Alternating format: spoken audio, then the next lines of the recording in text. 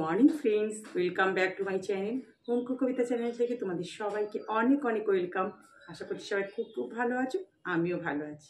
এই যে আজকে দেখো সকাল সকাল একদম মেঘলা ওয়েদার, কালকে তো ঝড় হলো, বৃষ্টি হলো না, কিন্তু তবু অনেক খুব সুন্দর হাওয়া দিয়েছে, ঘর ঠান্ডা হয়ে গেছে। আজকে পাখা চালিয়ে রাখতে হলে শুয়েছি, কিন্তু চাদর গায়ে দিয়ে বেশ ভালো ওয়েদার হয়ে গেছে। আর সকালবেলা দেখলাম কিছু একটু হালকা করে রোদ উঠলো, এখন আবার পুরো মেঘলা হয়ে গেছে চারিদিকে, এখন মেঘলা। দেখো পর্দাটা তো ওই জন্য সব ফেলে দিয়েছি, পর্দাগুলো গুটিয়ে রেখেছিলাম, একটু রোদ উঠেছিল বলে, আবার মেঘলা হয়ে গেছে, ফেলে দিয়েছি। আজকে তো সানডে, আমাদের দাদাভাইকে হরলিক্স বিস্কুট দিলাম, খেয়ে বাজার বেরিয়ে গেল। মেয়েকে দিয়েছি খেতে, মেয়ে তোর তো তাড়াতাড়ি, ওই জন্য চিৎকার করো তাড়াতাড়ি নেই, কারণ তোর তো আবার টিফিন খেয়ে পড়তে যাওয়ার টাইম হয়ে যাবে। চাটা খেয়েই আমি ঘর বিছানা তোলা হয়ে গেছে, ঘরটা ঝাঁট হয়ে গেছে, চাটা খেয়ে টিফিনের জন্য তৈরি করতে হবে। তবে সকালে উঠে এই একটু ধোসা মতো করবো বলে অনেক সকালে উঠে বেশি করে রেখেছি, সকাল সকাল ওই জন্য আরও উঠতে হয়েছে, ওটাকে মিক্সিতে পিষিয়ে রেখে দিয়েছি। তাহলে এখন চাটা খাই।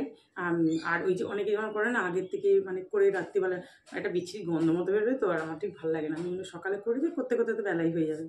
তাহলে এখন চাটা খাই, খেয়ে তাহলে তোমার সঙ্গে থাকো, দেখতে থাকো।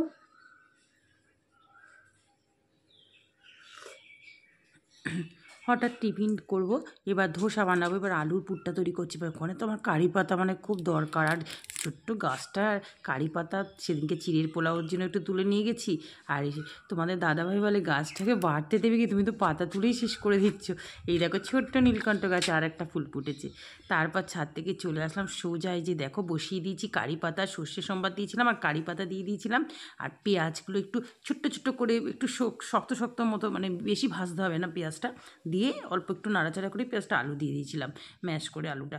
এবার নাড়াচাড়া করে এবার দেখো এই যে ইসের পাউডারটা, সাম্বারের যে এইটা পাওয়া যায় না মশলাটা, সেটা দিয়ে দিলাম একটু। এই আলুর পুরটা ধোসার ভিতরে দিয়ে খাবো, আর এত সুন্দর গন্ধ হয় না এই সাম্বার মশলাটা দিয়ে করলে, ঘর চিমনি চলে তাও ঘরময় এত সুন্দর গন্ধ।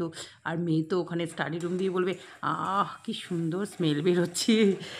এই ধোসা, এই আলুর পুরটা বানানোর সময় না পেঁয়াজটা একটু গোটা গোটা রাখতে হয়, তাহলে খেতে খুব ভালো লাগে। একটু কাঁচা লঙ্কা কেটে দিয়েছিলাম। এই যে দেখো ধোসা তৈরি হচ্ছে, খুব ফাস্ট করছি, তবে খুব সুন্দর উঠে গেছিলো। মেয়েকে আগে তৈরি করে দিয়ে দিচ্ছি। এই যে দেখো দুটো মেয়ের জন্য গরম গরম ধোসা, ভেতরে আলুর পুর দিয়ে রেডি করে দিলাম, ওকে পড়তে চলে যাবে।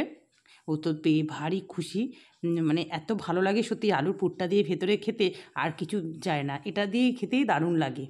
বাস এবার ওকে পাঠিয়ে দিয়ে তারপর আমরা খেয়ে নেব। এই যে চলে যাচ্ছে, দেখো মেয়ে এবার পড়তে চলে যাচ্ছে, ওর বাবা দিয়ে আসবে। এই ওর বাবা বাইক নিয়ে দাঁড়িয়ে আছে। আর আমাদের এই প্যাসেজটা এত ছোটো, তো খুব অসুবিধা হয়ে যায়। যাক, বাবা মেয়ে এখন দুজনে ওকে দিয়ে ওর বাবা চলে এসে টিফিন করবে, ওর বাবা আর আমি একসঙ্গে করব। ওর বাবাও চলে এসে দুজনে মিলে টিফিন করে নিয়ে এবার তো রান্নার পালা। তার আগেই তো মাছ ফাছ সব ধুয়ে সব রেডি করে নিয়েছি। এই যে দেখো বাটা মাছ, এগুলো তোমাদের দাদা ভাইয়ের জন্য, আমাদের জন্য একটু অন্য মাছ হবে। আমার তো এটাই সমস্যা, তোমরা যারা দেখো আমার ব্লগ তারা বুঝতেই পারো, একই মাছ আমি দুভাবে রান্না করি, আবার আলাদা আলাদা মাছও করতে হয়। আমাদের জন্য বোয়াল মাছ নিয়ে এসছে, মাঝারি একটা ছোটো সাইজেরই, আমি আর মেয়েই খাবো। আর এমন না, বড় মাছ থেকে ধরো 800-900 ওজনের মাছটা টেনে আমার লাভ নেই, ওটা আমি আর মেয়ে অতটা কী করে খাবো, 3 জন খেলে তবুই হবে। ওই জন্য আমি বলেছি একদম ছোটো সাইজে নিয়ে আসবে যদি পাও। আর বড় মাছ থেকে না এখানে কেটে কেটে দেয় না, তাহলে বেশ সুবিধা হয়, বড় মাছ থেকে কেটে দিলে। আমার বাপের বাড়ির ওখানে কিন্তু দেয়। এই দেখো মাছটাকে কী করেছি বলো তো, আজকে ভাজা করব না, পুরো ম্যারিনেট, যেমন চিকেন রান্না করে না ঠিক সেই রকমই পুরো ম্যারিনেট করে নিয়েছি। মাছের মধ্যে সব দেওয়া আছে, আদা বাটা, জিরে, নুন, হলুদ, লঙ্কা, কাঁচা লঙ্কা, পেঁয়াজ, তারপরে তোমার দিয়েছি একটু টমেটো কেচাপও দিয়েছি, সমস্ত কিছু দিয়ে একটু কাঁচা সর্ষের তেল সব দিয়ে রেড চিলি পাউডার দিয়ে ম্যারিনেট করে রেখে দিয়েছিলাম।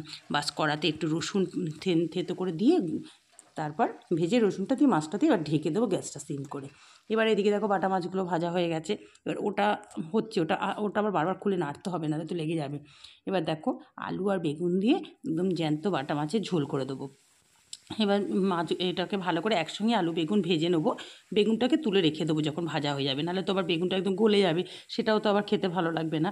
বাস এখানে ভাজা হচ্ছে, এখানে দেখো এই যে আলু বেগুনটাকে তুলে রেখে দিয়েছি, মাছ আর বেগুন, মাছ তো আগে তুলে রেখেছি। এবার একটু মশলা দিয়ে দিলাম, জিরে বাটা, নুন, হলুদ, কাঁচা লঙ্কা দিয়ে মাছের ঝোলটা করে দিচ্ছি। এটা খেতে কিন্তু বেশ ভালো হয়, যেহেতু জ্যান্ত মাছের ঝোল। এই যে মশলা ধোয়া জল, যতটা ঝোলের প্রয়োজন হবে ততটা দিয়ে দিলাম।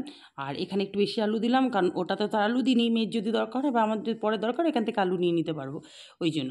বাস এবার এই ঝোলটা ফুটে উঠলে মাছটা দিয়ে দেবো। এখন মাছটা দিয়ে ঝোলটা ফুটে উঠবে, তারপরে লাস্টে বেগুনটা দিয়ে দেবো। বেগুনটা তো পুরো ভাজাই হয়ে গেছে, দিয়ে 5 মিনিট ফোটালেই হয়ে যাবে। বাস এখানে দেখো একটু খুলে, না এটা কিন্তু ঢাকা দিলাম না, ওটা রাখলাম ওখানে। এই দেখো নাড়াচাড়া করে দিচ্ছি একটু। আর এটা খেতে না এত ভালো হয় মানে কি বলবো তোমাদের, খুব সুন্দর হয় এটা খেতে। একদম পুরো, আমার মেয়ে তো বলছে চিলি চিকেনের মতো নাকি ওর লাগছে খেতে, ও তো খুব খুশি। মানে আমি তো ভয়েস ওভারটা তোমাদের পরে দিচ্ছি। খাওয়ার পরে বলছি মামি দারুণ হয়েছে। আমি আবার বলছি খেয়ে নে খেয়ে নে, তুই তো নিজে কিছু করতে পারবি না। আর তখন আবার হাসবে আর আবার রেগেও যাবে।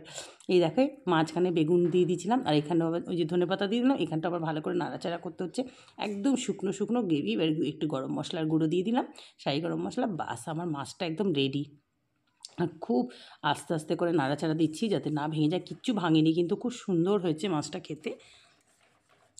এইভাবে বোয়াল মাছ এইভাবে রান্না করে খেতে না ভীষণ ভালো লাগে। আমার দিদি তো এইভাবেই করে বেশিও, বলে দৌড়ো তো ছেটে বোয়াল মাছ। আমি আবার ভাজা করেও করি। বাস নামিয়ে রেখে এবার দেখো আবার আলু করলা ভাজা বসিয়ে দিলাম নুন হলুদ দিয়ে। এটা গ্যাস সিম করে ঢাকা দিয়ে দেবো। এটা তো আমাকে প্রত্যেক রোববার করতেই হয় না, কারণ রোববার দিন নিম বেগুনটা তো খায় না, নাকি কি নিমাইয়ের জন্মবার, ওই জন্য। নাহলে নিম পাতা ঘরে ছিল, যা কালকে করে দেবো। এই যে এটা করে দেখো, এই যে ঢাকা দিয়ে দিলাম। এদিকে এই যে হয়ে গেছে, এটা আলু করলা ভাজা হয়ে গেল। মাঝে মাঝে খুলে একটু নাড়াচাড়া। এদিকে ভাতটাও দেখো হয়ে এসছে, ভাতও বসিয়ে দিয়েছিলাম। এইভাবেই চলছে। রবিবার মানে আমার স্টপ নেই গ্যাস। তারপরে দেখো এইখানে ভাতটা একটু জলটা কমে এসে একটু জল দিয়ে দিলাম। আর এদিকে রসুন ফোড়ন দিয়ে পাট শাকটা বসিয়ে দিলাম নুন হলুদ দিয়ে। পাট শাকটা মানে একদম মানে ঠকিয়ে দিয়েছি, কি বলবো, অর্ধেক পাতায় ফেলে দিতে হয়েছে। যাই হোক দেখো একদম মানে কতটুকু হয়ে গেছে শাকটা, একদমই অল্প হয়ে গেছে। এদিকে আমের চাটনি বসিয়ে দিয়েছি, ভীষণ ভালো মানে আমের চাটনিটা। আমটা তো কচি একদমই, এখন তো কচি আমি। আর গুড় ওদিকের কাজ হয়ে গেছে, গ্যাসেরই পড়ে গেছিলো ভাতের একটু, ওটা আবার নামিয়ে সঙ্গে জলে দিয়ে দিলাম, চাটনিও হয়ে গেছে। এই যে দেখো সমস্ত রান্না বান্না কমপ্লিট, গ্যাস ট্যাস মোচা হয়ে গেছে। যে বেল গাছের থেকে একটা বেল পড়েছিল, খুব ভালো পাকেনি, মোটামুটি পেকেছিল। একটু শরবত করে দিলাম, বাবা মেয়ে দুজনে খেলো। এটা এখন ফেলে দিতে হবে ডাস্টবিনে। বাসন টাসনগুলো দেখো সব শুকিয়ে গেছে। এদিকে এই যে কচু শুকাতে দিয়েছি, মান কচু, গলা যাতে না চুলকোয়, মিক্সি সব রোদে দেওয়া আছে। এখন আবার রোদ উঠে গেছে, সারাদিন মেঘলা ছিল, এখন রোদ উঠে গেছে। যাক, মেয়েও ঘরে চলে এসে মেয়ে স্নান করে, ওর এখন খুব চাপ, প্রজেক্ট জমা দিতে হবে। আমি এখন কাছাকাছি করতে যাই, তারপর চান। ওফ, আজকে পুজো দিতে এসে তোমাদেরকে এটা না শেয়ার করে পাচ্ছি না। দেখো আমার ফুলের সাজিটা, জবাগুলো দেখো কত বড় বড়, কি ভালো লাগছে। আলাম তোমাদের সঙ্গে আগে একটু ফুলের সাজিটা শেয়ার করে নিই। নীলকণ্ঠ যে দুটো ফুটেছে, তারপর পুজো দিয়ে তারপর তো শেয়ার করবই। দেখো পুজো দিয়ে এবার কি ভালো লাগছে আজকে আমার পুজো দিতে। উফ, মন ভরে যায় গো পুজো দিতে, এত সুন্দর ফুল দিয়ে। দেখো এই জায়গাটা তোমরা শুধু দেখো, লালে লাল, সবাইকে দিয়েছি জবা। আর এত বড় বড় সাইজের জবা, মানে সারাদিন কাজকর্ম করে যখন পুজোর ঘর দিতে আসি না ঠাকুর ঘরে, আর এত সুন্দর ফুল দিয়ে মানে মনটা এত শান্তি হয়ে যায়, কি বলবো তোমাদেরকে। আমার সত্যি কথা বলতে কি, সারাদিনের ক্লান্তি, কাজের শান্তির জায়গা হচ্ছে আমার এই ঠাকুর ঘর। ভীষণ ভালো লাগে আমার এখানে আর এরকম ফুল দিয়ে পুজো দিতে। দেখো খেতে দিয়ে দিলাম সব। এই আলু করলা ভাজা, পাট শাক ভাজা, শাকটা একদম অল্প হয়ে গেছে, তোমাদেরকে বললাম তো। তার এই যে মাছ, এটা বাটা মাছ আলু বেগুন দিয়ে, আর এটা বোয়াল মাছ পেঁয়াজ টেয়াজ দিয়ে একদম মাখা মাখা, শুকনো শুকনো একদম, আমের চাটনি, পাঁপড়। গুড ইভিনিং ফ্রেন্ডস,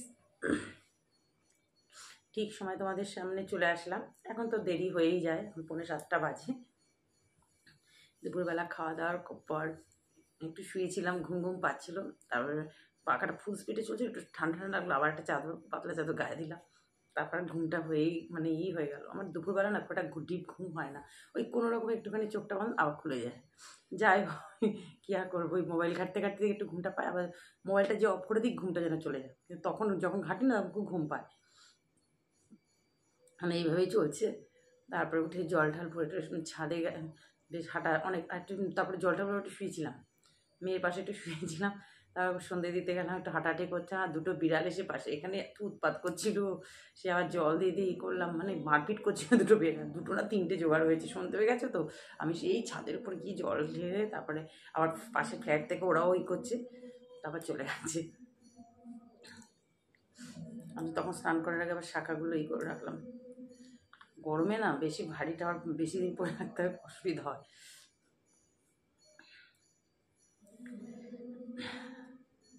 এই এখন চা খাবো, মেয়েকে একটু টিফিন দেবো। তোমাদের দাদাভাই সারা দুপুর বসে বসে কী করলো, ওই সিরিজ ফিরিজ কী সব নিয়ে এসে দেখলো, দেখে রেখে এখন মানে ওই ঘরে গিয়ে একটু শুয়েছে, বেডরুমে গিয়ে এখন শুয়েছে। সারা এখন মেয়ের ঘরে কম্পিউটারে কী করছিল।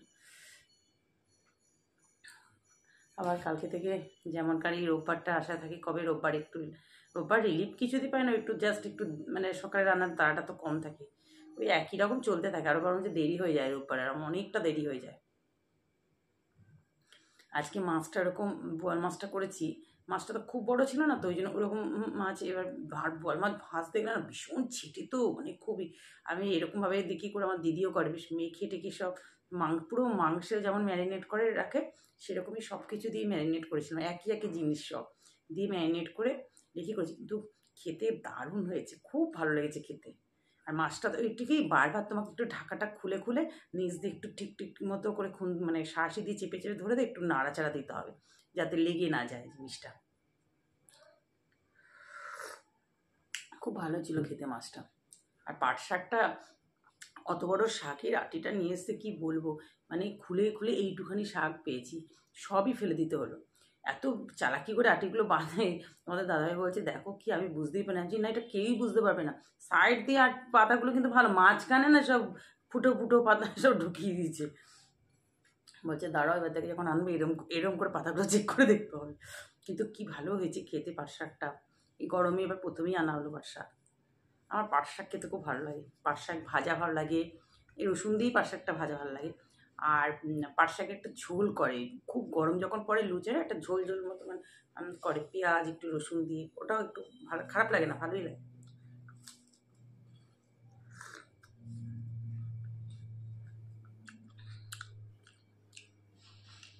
তাহলে এখন চা খাই, আবার তোমাদের সঙ্গে পরে আসছি।